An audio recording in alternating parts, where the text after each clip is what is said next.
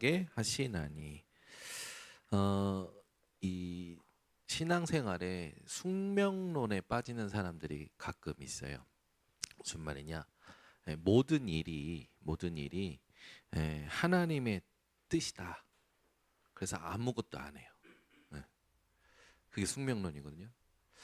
모든 일이 하나님의 뜻이라면 우리는 그저 맡기고 기다리기만 하면 됩니까? 숙명론에 빠진 사람들은 이미 결정되었으니 인간은 아무것도 할 수 없다. 이런 폐쇄적 운명주의, 폐쇄적 신앙관에 빠져요. 그러나 성경은 그렇게 말하고 있지 않죠.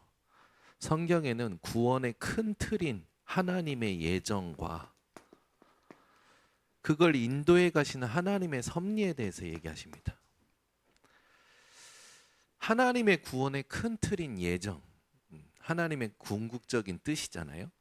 이걸 인도해 가시는 섭리, 이 사이에 우리가 할 것을 하나님께서 우리에게 오늘 말씀을 가지고 답을 주시는 거예요. 오늘 말씀 빌립보서 2장 13절에 보면 하나님이 자기의 기쁘신 뜻을 위하여 우리에게 소원을 주고 행하게 하신다고 하잖아요. 여러 가지 상황이 오면 사람들은 막연하게 하나님의 뜻이 있어 라고 생각하고 그냥 생각만 해요. 하나님의 뜻이 있어. 틀린 생각은 아니잖아요. 하나님의 뜻이 있어 라는 건 맞는 생각이에요. 맞는 생각. 근데 그게 생각으로 머물러 있는 거예요. 근데 하나님은 절대 우리를 기계적으로 만드시지 않았습니다. 하나님은 우리의 의지를 무시하시는 하나님이 아니라 우리의 의지를 감동시켜서 그걸 사용하시는 인격적인 관계를 하나님은 원하시는 거예요. 그럼 뭐 해야 됩니까? 상황이 오면 하나님께서 우리에게 원하시는 게 있어요. 상황이 올 때 하나님은 하나님의 구원의 큰 틀을 인도해 가시기 위하면서 우리와의 관계를 친밀하게 인격적으로 누리기를 원하시는 거예요. 그래서 뭐 하냐? 하나님은요, 우리에게 기도하게 하십니다.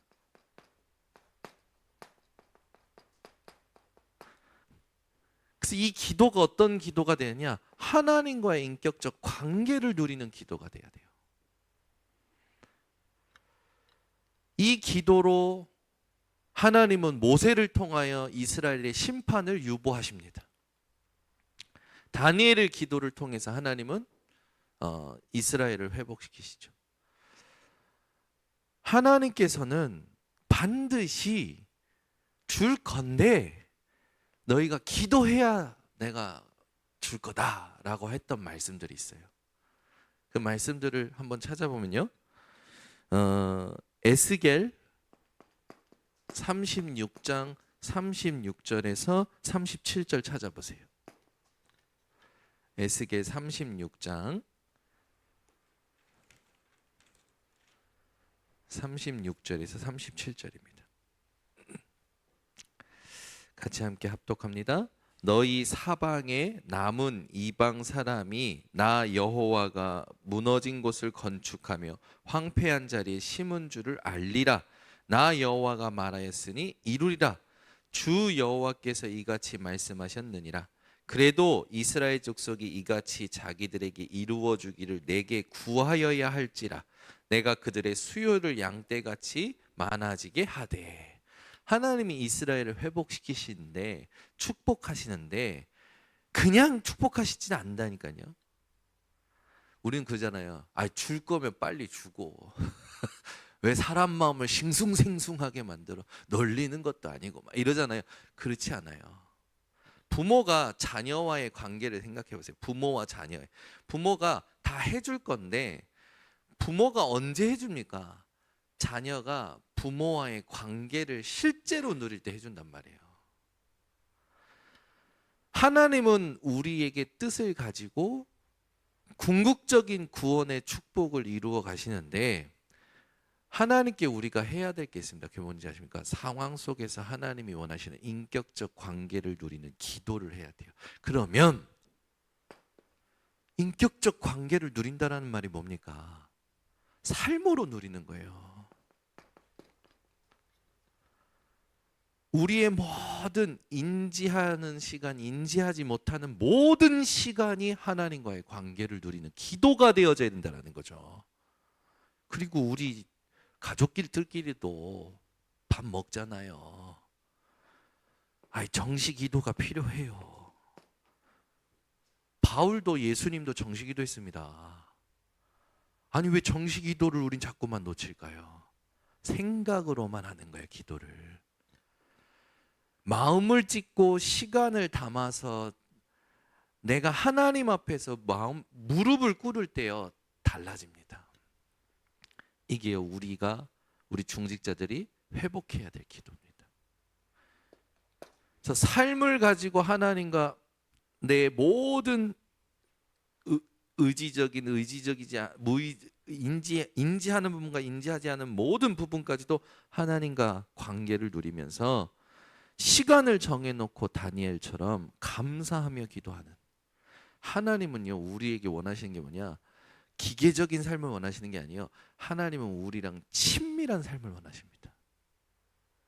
사람하고는 막 친해지려고 할 필요는 없어요. 저는 예전에 막 저 사람하고도 친해지고 이런 사람하고도 친해지고 싶은데 복음 깨닫고 나서 그게 바뀌었어요. 내가 왜 그 사람하고 굳이 친해져야 돼? 아니 친해질 시간표가 오면 친해지면 되는 거지. 그러니까 사람 때문에 피곤하지가 않는 거예요. 우리는 막 인기 있는 사람이나 실력 있는 사람이냐 배경 있는 사람이냐 잘 나가는 사람들하고 친해지고 싶어 하잖아요. 그러잖아요. 제가 옛날에 그랬다니까요. 청소년 때도 그러고 막 대학 때도 그러고 청년 때도 그러고. 왜? 그 애랑 같이 있으면, 그런 사람하고 갔으면 내가 뭔가 돼 보이잖아요. 그게 거품이잖아요. 거품, 거짓이잖아요. 아무 상관없어요. 그게 그 사람하고 뭐하러 친해집니까? 그 사람도 사람인데. 하나님하고 친해져야 돼요. 하나님하고. 그래서 하나님하고 인격적 관계를 누린다는 겁니까? 내가 하나님 만나기 전에 어떤 상태였는지, 하나님이 내게 주신 은혜가 무엇인지, 지금 하나님께서 나와 함께 하시면서 나를 어떻게 인도해 가시려고 하시는지, 하나님하고 대화가 돼야 된단 말이에요. 대화가 안 되는 게 가장 힘든 거잖아요. 자식이 같이 사는데도 대화가 안 돼. 왜 안 됩니까? 부모는 부모의 생각 속에 있어. 자식은 자식의 생각 속에 있어. 하나님이요 우리랑 친밀해지고 싶어 하신다니까요. 여러분, 하나님은 나의 하나님이라고 확신하십니까? 그 내 생각 아닐까요 혹시? 하나님은 나에 대하여 어떻게 생각하고 계실까요? 그걸 궁금해해야지. 나는 내 생각 속에서 하나님을 자꾸만 정의하고 있는 거예요. 하나님이 나를 어떻게 보고 계시는지. 나는 하나님께 질문이 많아. 이런 상황 저런 상황에. 그런데 하나님은 지금 이런 상황 속에서 나에게 뭐라고 질문하고 계신지를 들을 수 있는 게 기도입니다. 근데 그런 기도를 안 하는 거예요. 부모가 자식에게 얘기하기 전에 들어주잖아요. 무조건 네가 잘못했어 하는 거는 못 배운 부모 아닙니까? 애들이 어떤 상황인지 들어보고 상황을 이렇게 하면서 서로에게 필요한 교훈을 주는 게 부모의 역할 아닙니까? 무조건 한 일면만 보고 너만 잘못했어 라고 얘기하는 거는 부모가 못 배운 거잖아요. 어떻게 해야 되면 대화가 돼야 되잖아요. 대화가 똑같아요. 우리가 하나님과의 관계를 누릴 때 어떤 상황 속에서 하나님을 향해서 계속 질문할 게 아니라 하나님이 지금 이 상황을 통하여 나에게 어떤 질문하고 계시는지를 들을 수 있는 게 인격적 관계고 정식기도입니다. 그게 답이 나고 그 소통이 어디서 되냐? 예배와 강단 말씀 속에서 나오게 되는 거예요. 그래서 뭐가 되어지냐면 우리는요 이 하나님과 하나 된 사실을 누려야 됩니다. 그게 기도예요. 하나님이 나와 함께 하시는 거예요. 그게 하나로 느껴진다니까. 그러니까 삶이나 말씀이나 현실이나 다 다르게 보이는 게 아니라 하나님이 이 상황 속에서도, 이 자리에서도, 이 만남 속에서도, 이 응답 속에서도 하나님이 지금 나와 함께 하나로 이끌어가고 계시는 게 느껴져야 되는 게 성령 충만입니다. 그래서 하나님은 절대 우리 의지를 무시하지 않습니다. 우리 의지를 감동시켜서 사용하시려고 하죠. 그게 어디서부터 나오냐? 기도 속에서부터 나오는 겁니다. 그러면 그 다음에 우리가 확인하는 게 있어요. 하나님하고 인격적인 소통이 기도라는 걸 알게 되면서 하나님의 음성이 실제로 내게 체험이 됩니다. 너는 내게 부르짖으라. 내가 내게 응답하겠고 네가 알지 못하는 크고 비밀한 일을 내게 보이리라. 다 하나님이 하신다는 겁니다. 하나님이 기도하면 하나님이 하시는 걸 보여주시겠다라는 거예요. 기도를 여러분 하나님이 원하시는 기도를 회복하셔야 됩니다. 그래서 하나님의 뜻은 반드시 있어요. 그 뜻은 기도를 통해서만 드러나는 겁니다. 그래서 오늘 우리 중직자님들이 이 부분을 가지고 이제 뭘 봐야 되냐? 사람들은요 자꾸요 현실을 보면서 살아갑니다. 그런데 세상이 발전하면 발전할수록 우리가 더 정확히 볼 수 있는 진짜 문제는 영적인 문제입니다. 세상이 아무리 발전해도 절대 해결하지 못해요. 그리고 영적 문제와 함께 재앙입니다. 재앙은 더 심각해지잖아요. 지금 여러분 전 세계가 자연 재앙 때문에 난리잖아요. 전쟁 때문에 죽어가고요. 근데 여기에 대해서 아무런 감각이 없다. 그게 하나님과 상관없는 상태 아닙니까? 기도가 안 되는 상태죠. 여러분이 가는 곳에 반드시 흑암은 무너집니다. 왜? 여러분은 빛이에요. 예수님이 먼저 뭐라고 했냐? 요한복음 8장 12절에 예수께서 말씀하여 이르시되 나는 세상의 빛이니 나를 따르는 자는 어두움에 다니지 아니하고 생명의 빛을 얻으리라. 예수님이 세상의 빛이요 그 빛을 따라가는 중직자들입니다. 요한복음 12장 46절에 보면 나는 빛으로 세상에 왔나니 무릇 나를 믿는 자로 어두움에 거하지 않게 하려 함이로라. 그 말은 뭡니까? 예수를 믿는 것 자체가 흑암에서 벗어나는 유일한 길이라는 거죠.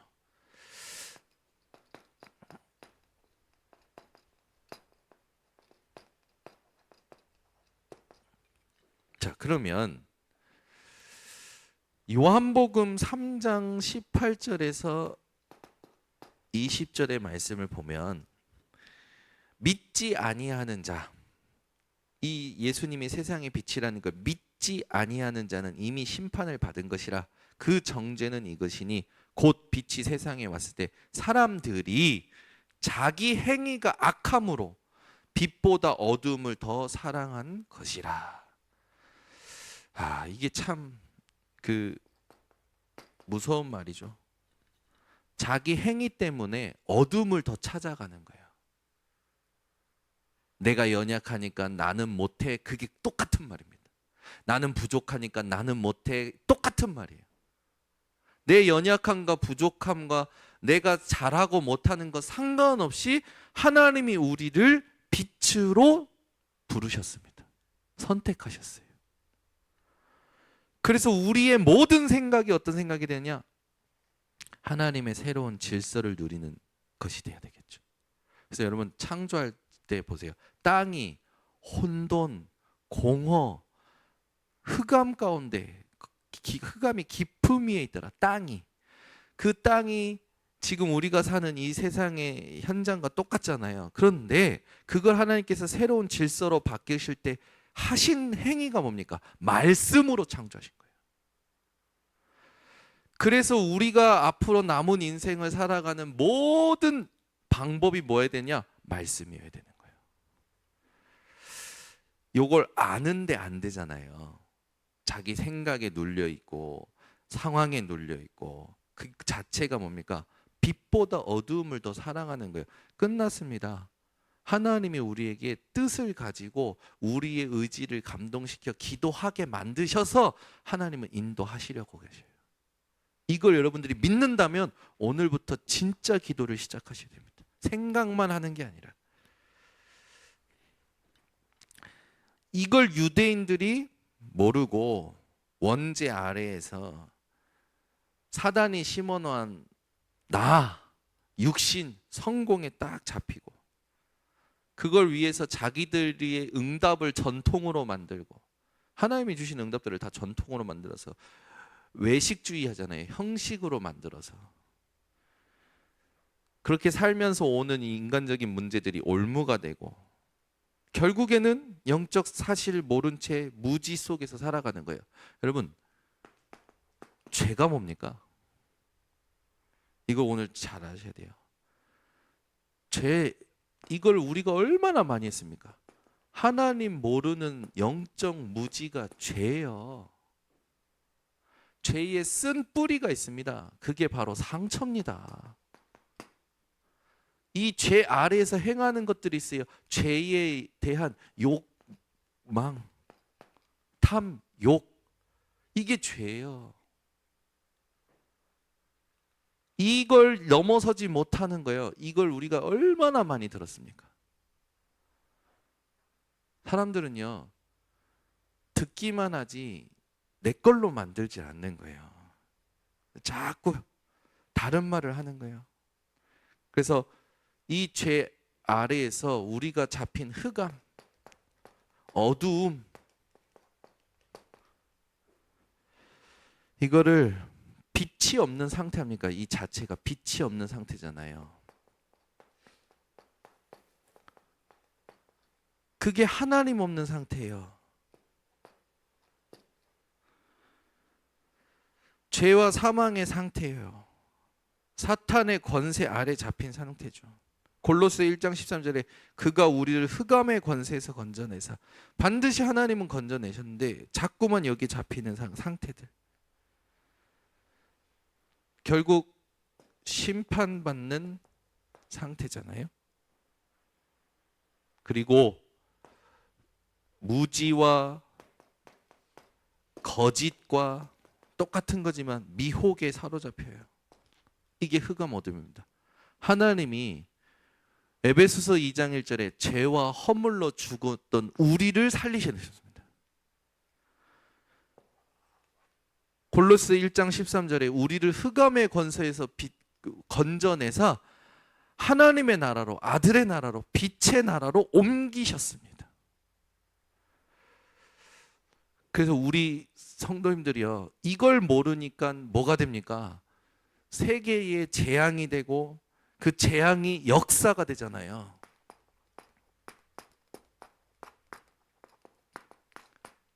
이걸 막을 자로 저와 여러분을 하나님이 부르신 겁니다. 그래서 우리가 버릴 것이 확실해요.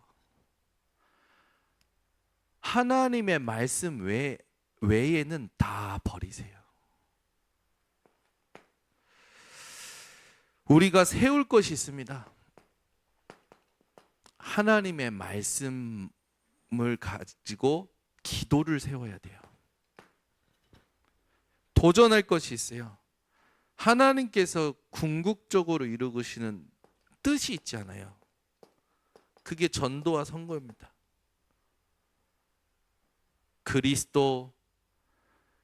그리스도의 이름의 기도, 그 그리스도의 이름을 전하는 전도, 요 세 가지 딱 여러분들이 놓치시면 안 됩니다. 그래서 결국 이렇게 될 때 우리에게 보좌에 앉아 계신, 하늘 보좌에 앉아 계신 예수님께서 우리에게 분유하신 성령으로 말미암아 그 역사를 보게 돼요.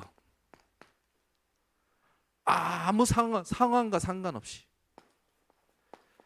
그 열매가 확인이 되는 거죠. 우리 중직자님들이 이 재앙의 역사를 막을 자로 하나님 부르신 사실을 늘 누리시기를 예수 그리스도 이름 축원합니다. 하나님 감사합니다. 하나님의 뜻이 반드시 있고 그 뜻으로 우리를 인도하시는 가운데 하나님이 우리와 인격적 관계를 누리시길 원하신다라는 걸 우리 중직자들이 놓치지 말고 하나님이 기도하게 하시는 그 의미와 이유를 실제로 누리는 우리 중직자들 되게 하여 주셔서 모든 불신자들과 모든 지금 방황하는 자들에게 하나님이 살아계심을 나타내는 증인들이 되게 하옵소서. 지금은 우리 주 예수 그리스도의 은혜와 하나님의 사랑과 성령의 교통하심이 반드시 하나님의 뜻을 볼 모든 중직자들 머리 위에 지금부터 영원토록 항상 함께 있을지어다. 아멘.